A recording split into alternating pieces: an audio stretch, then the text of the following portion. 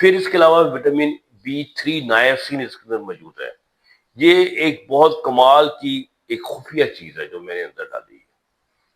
یہ ایک مختلف طریقے سے، یعنی کہ وائگرا والے طریقے سے نہیں، بالکل ایک ڈفرنٹ میکنزم سے پروسٹاگلینڈنز کے ذریعے ویسلز کو کھولتی ہے، اور اس کے علاوہ آپ کا جو گڈ کولسٹرول ہے اس کو یہ بڑھاتی ہے.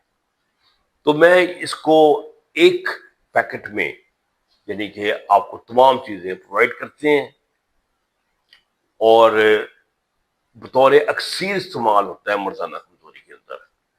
تو میں نے اپنا فون نمبر دیا ہوا ہے اس میں، آپ اس میں کال کر کے یہ میڈیسن منگوا سکتے ہیں. تو اب یورپین کموڈ کا اس محلے کی ہیلتھ کے ساتھ کیا تعلق ہے وہ بتاتے ہیں. جیسے ہم نے بتایا کہ یہ پیلوس اس کا ایک فلور ہوتا ہے، اور یہ فلور اگر ٹائٹ ہو جائے، اس کے مسل ٹائٹ ہو جائے بہت زیادہ، تو کیا ہوتا ہے کہ ایک تو آپ کی خون کی روانی کم ہو جاتی ہے، یعنی کہ خون کی روانی جو ہی نفس کو کم ہوتی ہے اس کی جوانی ختم ہو جاتی ہے، اور وہ ایسے وہ جیسے غبارے میں سے پھونک نکال دے تو وہ ایسے ڈاؤن ہو جاتا ہے. اور یہی مسل جو ہوتے ہیں ان کا تعلق آپ کی انزال سے بھی ہوتا ہے. انزال جب ٹائٹ مسل ہوتے ہیں یہ جلدی جلدی پھڑکتے ہیں، اور وہ نفس میں سے منی کو نکال کے باہر کہتے آؤٹ دفع ہو جاؤ. تو بندہ کہتا نہیں نہیں نہیں نہیں ابھی نہیں ابھی نہیں، لیکن وہ ہو جاتی.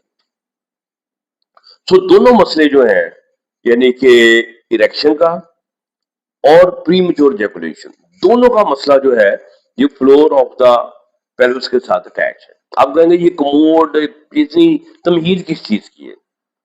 ہمارے جو پیلوس ہے یہ ہمارے چونکہ پرولونگ سٹنگ کی ہمیں بڑی عادت ہے کرسیوں پہ بیٹھنے کی، تو اس وجہ سے ہمارے جو پیلوس کا جو مسلز ہیں یہ ٹائٹ رہتے ہیں، اور دوسرے سارے مسئلے انفلیمیشن بھی پیدا ہوتی ہے. تو اور جب پیلوس ٹائٹ ہوتا ہے تو خالی نفس کے مسئلے نہیں آتے، پیشاب کا بھی مسئلہ بن جاتا ہے. پیشاب بھی رک رک کے آتا ہے، تسلی نہیں ہوتی بندے کی کہ صحیح نکلا ہے کہ نہیں نکلا. پھر اس طرح آپ کو قبض بھی رہنا شروع ہو جاتی ہے، اور کمر پچھلی کمر کے حصے میں بھی، لوور حصے میں، لوور بیک میں بھی درد شروع ہو جاتی ہے. تو میں نے بتایا پورا محلہ ہی جو ہے نا وہ پھر اس کے زیر اثر آ جاتا ہے. تو بیچارے نفس کی جو روٹ ہے اس کی کیا اوقات ہے، اس کا تو اشر اشر ہو ہی جانا ہے. تو اصل میں بات یہ ہے کہ کرسیوں پہ تو ہمارے بڑے بھی بیٹھتے تھے، آفسز میں جاتے تھے، سیکریٹریٹ میں کام کر رہے ہیں، کلرکس ہیں کام کر رہے ہیں، تو بیٹھنے کے کا مسئلہ یہ بینکر سے ساری عمر کے یہ بیٹھے ہی رہتے ہیں. اب جو لوگ کمپیوٹر ساتھ لگاتے ہیں جس سے مسئلہ کچھ اور زیادہ سیریس ہو جاتا ہے. لیکن ایک چیک اینڈ بیلنس والے موجود تھا. چیک اینڈ بیلنس بیسیکلی دو موجود تھے. ایک چیک اینڈ بیلنس تھا آپ کا کہ آپ جب ایشین کموڈ پہ بیٹھتے تھے تو وہ آپ کے سارے جو مسلز ہوتے تھے پیلوس کے وہ کھینچے جاتے تھے. کھینچنے سے یہ مسل ریلیکس ہو جاتے تھے، تو ٹائٹنس کم ہو جاتی تھی. اس کا مطلب ہے کہ اگر بیٹھنے کی وجہ سے یا ٹینشن کی وجہ سے ٹائٹ بھی ہوتے تھے آپ کے مسل، تو ڈیلی بیسس پہ آپ 10 منٹ بیٹھتے تھے تو اس سے خاصی آپ کو ریلیف مل جاتا تھا. دوسری چیز کہ ہمیں اچھی طرح یاد ہے کہ ہم کچن میں ناشتہ کھانا کھایا کرتے تھے، تو وہ نیچے پیڑیاں ہوتی تھیں اس پہ بیٹھ کے کھاتے تھے. اب پیڑیاں کا رواج بھی ختم ہو گیا، تو اس سے بھی پیلوس جو ہے نا آپ کا خاصا ریلیکس ہو جاتا تھا. اور اس سے بھی بڑھ کے کہ پیڑی نہیں ملتا ویسے ہی ہم پاؤں کے بار میں بیٹھ جاتے تھے. وہ تو بہت زبردست ایشین اسکواٹ والی پوزیشن بن جاتی تھی، اور 10 سے 15 منٹ بیٹھے 20 میں بیٹھے رہتے تھے. پھر آپ نے سوچے کہ جو افیکٹ آیا وہ سارا نلیفائی ہو جاتا تھا.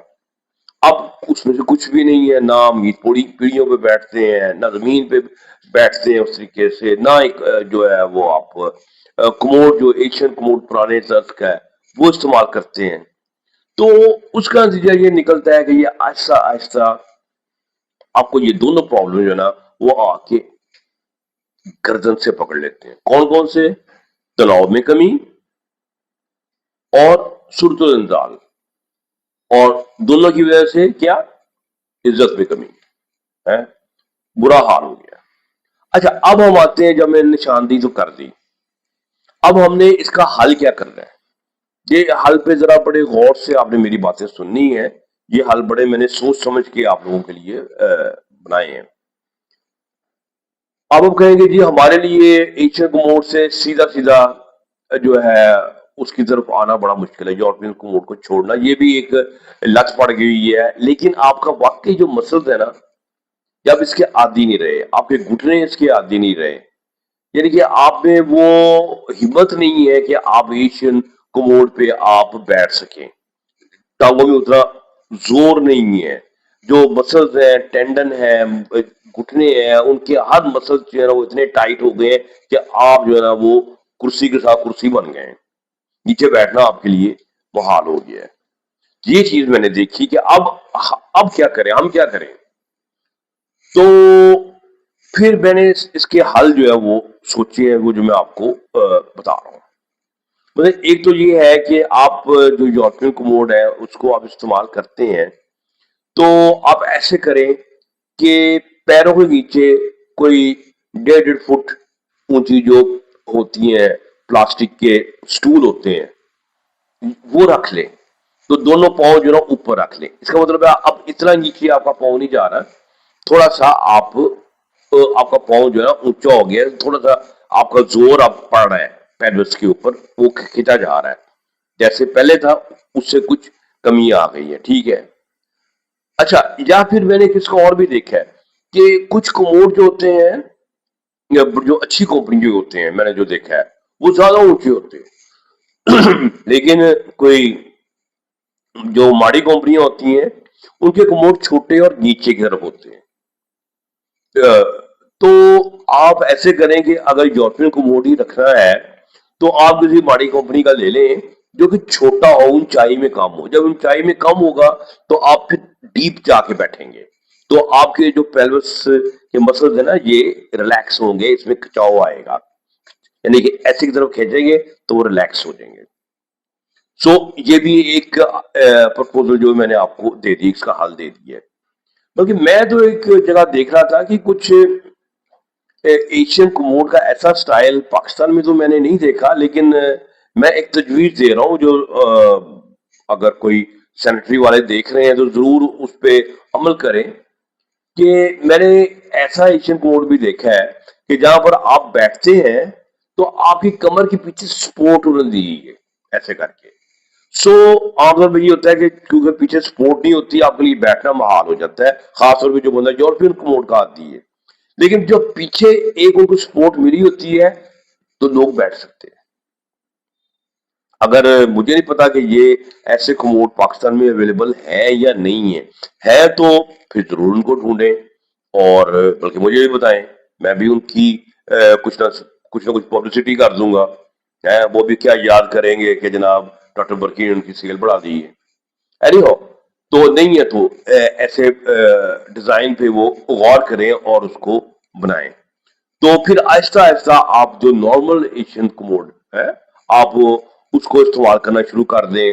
اس کے علاوہ میں نے ایشین اسکاٹ کی پہ ایک ویڈیو بنائی تھی، میں نے بتایا تھا کہ کیسے آپ پیروں کے بل بیٹھ جاتے ہیں زمین کے اوپر اور وہ آپ کے جسم کے ہر مسل جو نیچے ہوتے ہیں اس کے اوپر افیکٹ آتا ہے، اس کو کھچاؤ میں لاتا ہے اور وہ ریلیکس ہو جاتے ہیں، چاہے وہ آپ کے تھائی کے مسل ہو یا آپ کے کاف کے مسل ہو یا آپ کے گلوٹس ہو یا لوور بیک کے سب جو اس میں زبردست قسم طریقے سے ان کی ایکسرسائز ہے. میرے لیے تو بہترین ایکسرسائز، میں روز وہ سونے سے پہلے اسی طرح 10 منٹ بیٹھتا ہوں سہارے کے ساتھ. لیکن اس کے بعد یہ دونوں چیزیں ہماری بڑی اچھی ہو جاتی ہے، مطلب تناؤ میں بھی اس کی ہیلپ مل جاتی ہے اور اس کی ٹائمنگ پہ بھی آپ کو کنٹرول بہتر ہو جاتا ہے. تو مجھے یقین ہے کہ آج کی ویڈیو جو ہے نا اس کو آپ نگلیکٹ نہیں کریں گے اور آپ آہستہ آہستہ جیسے ایشین کوموڈ کی طرف آنے کے طریقے میں نے بتائے ہیں ان پہ آپ عمل کریں گے اور میرے چینل کو سبسکرائب بھی کریں گے. اور جو ٹلی ہے اس کو بھی ٹچ کرنے میں کوئی پیسے نہیں لگتے، اس سے آپ کو نوٹیفیکیشن ملتا رہے گا. تو ہمیں اپنی دعاؤں میں یاد رکھیں، خوش رہیں اور خوشیاں بانٹیں. ڈاکٹر برکی کو اجازت دیں. اللہ حافظ.